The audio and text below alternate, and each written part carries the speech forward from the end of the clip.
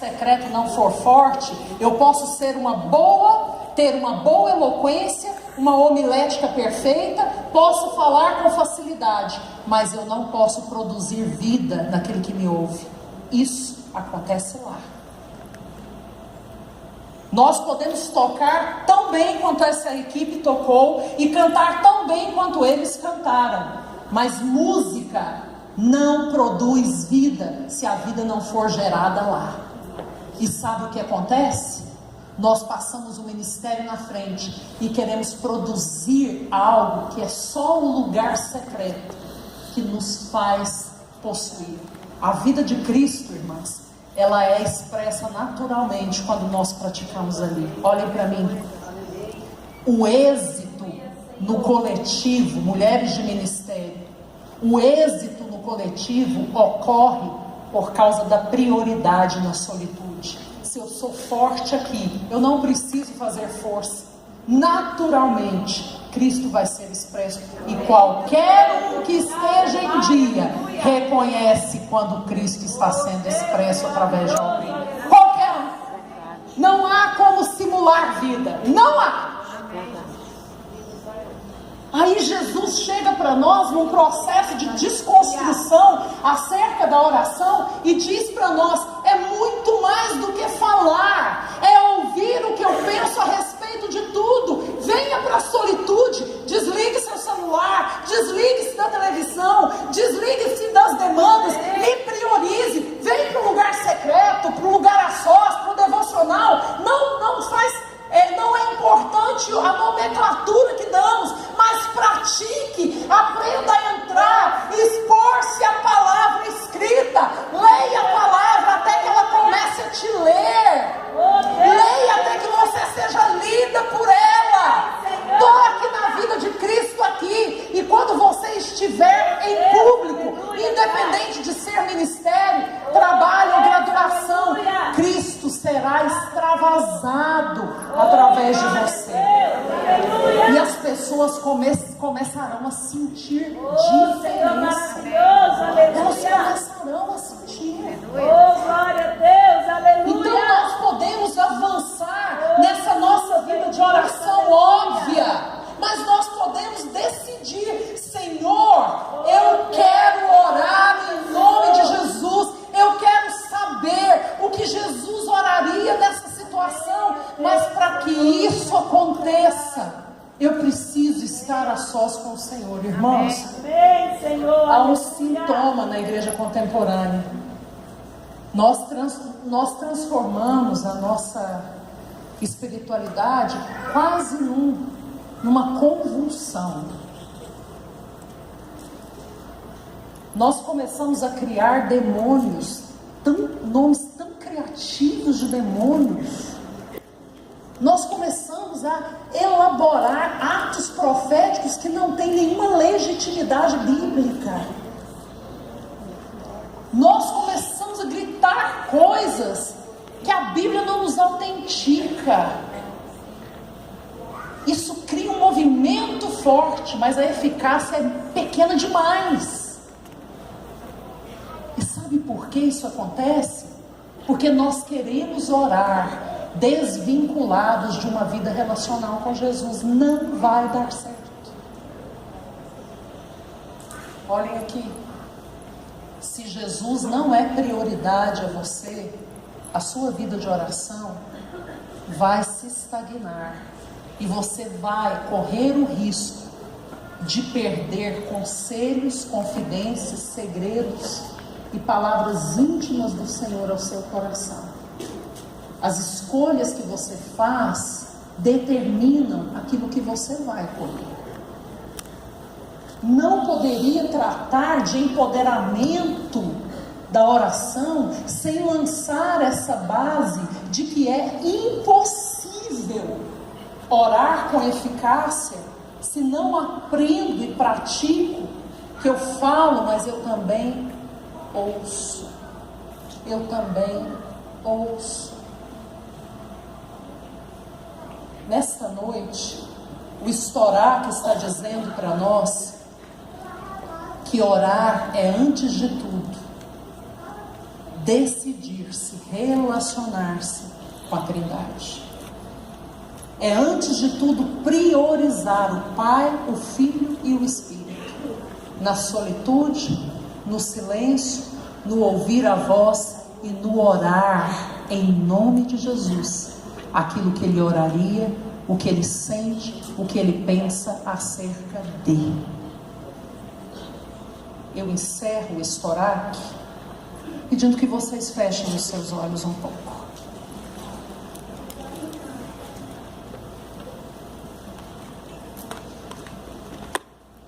Eu quero fazer algumas perguntas a você e eu gostaria que você respondesse para si mesmo.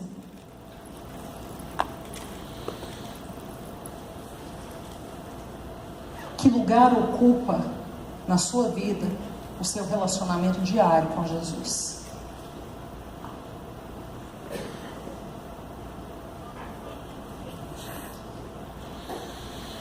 Quanto do seu dia é separado para estar em solitude com Ele?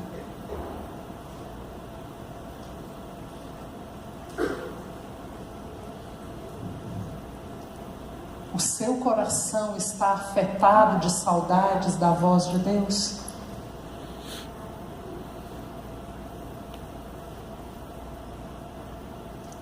Para você é importante ouvir o que Ele pensa acerca de tudo?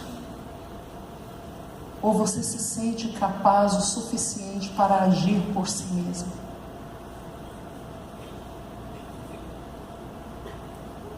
Qual foi a última vez nessa semana que você ouviu Jesus dizendo: ore por esta causa dessa forma? Filha, você está orando pelo seu casamento do jeito errado, por isso não há eficácia. Ore assim. Filha, aquela condição profissional que tem te angustiado tanto, ela não avança porque você não me permite falar como você deve orar.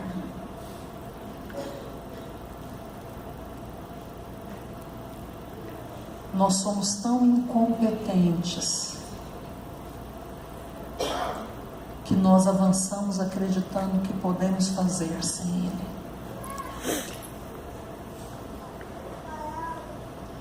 Nós não estamos afetadas de saudades do Filho de Deus, irmãs. Não nos traz angústia quando passamos 2, 3, uma semana sem expor o nosso coração às Escrituras, e nós nos adequamos a nos relacionar com a palavra dominicalmente, quando ela nos é exposta através de outra pessoa.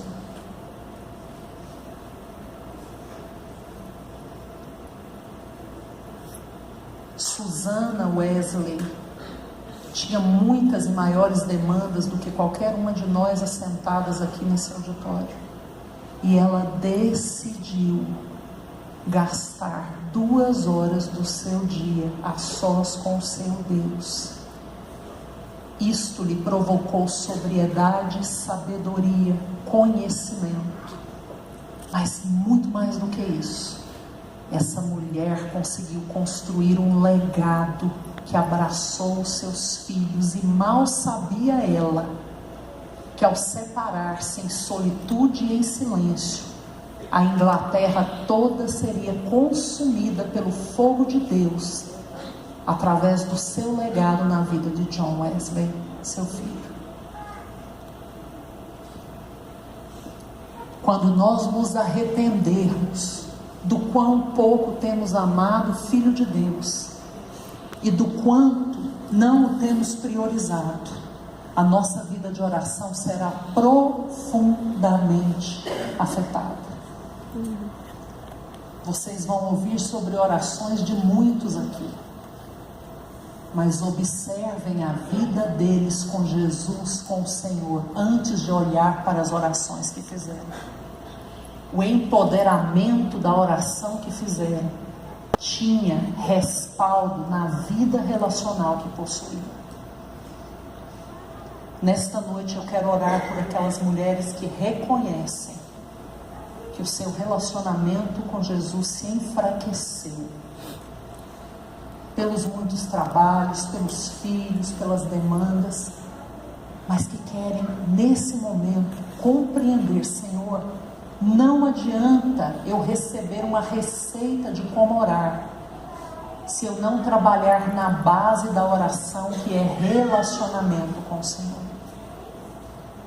Eu quero orar por aquelas mulheres que hoje abertamente conseguem dizer: eu preciso voltar a ter uma relação com Cristo que me afete e que afete aquele que me escuta, aquele que convive comigo.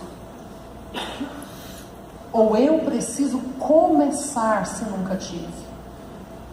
Eu preciso priorizar Jesus em solitude e silêncio.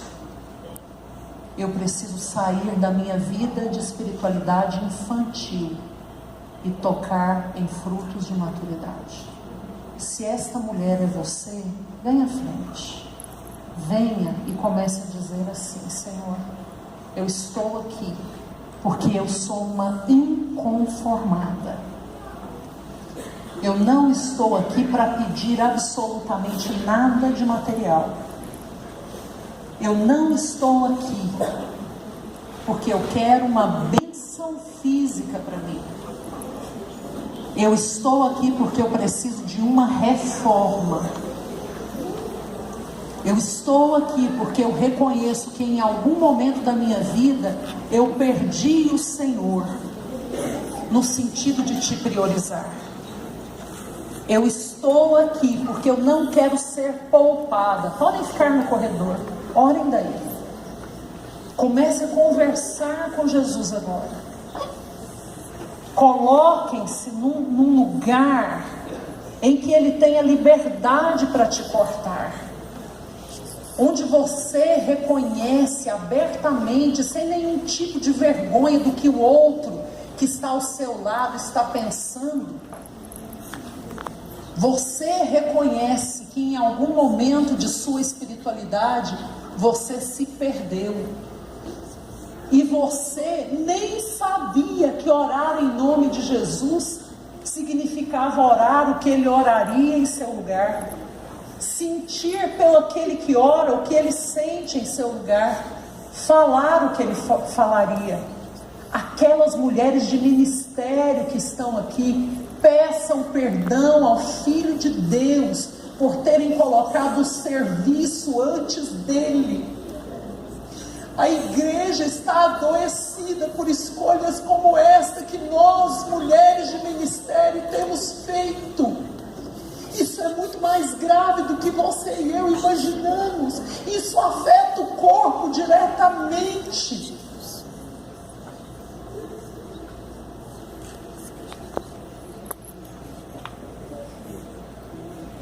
Comecem a dizer a Jesus o que você decide nessa noite.